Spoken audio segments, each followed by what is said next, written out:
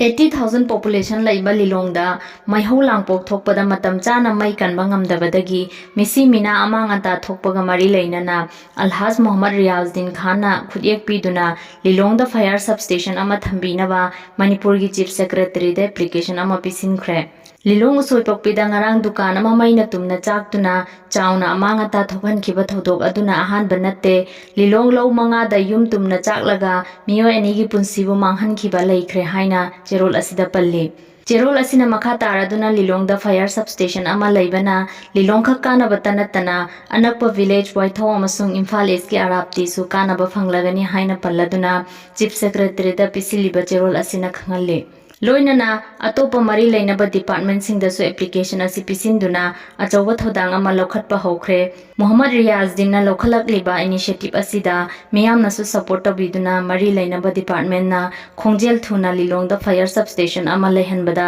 ꯑꯆꯧꯕ ꯃꯇꯦꯡ ꯄꯥꯡꯃꯤꯟꯅꯁꯤ ꯍꯥꯏꯅ ꯈꯪꯍꯜꯂꯛꯂꯤ꯫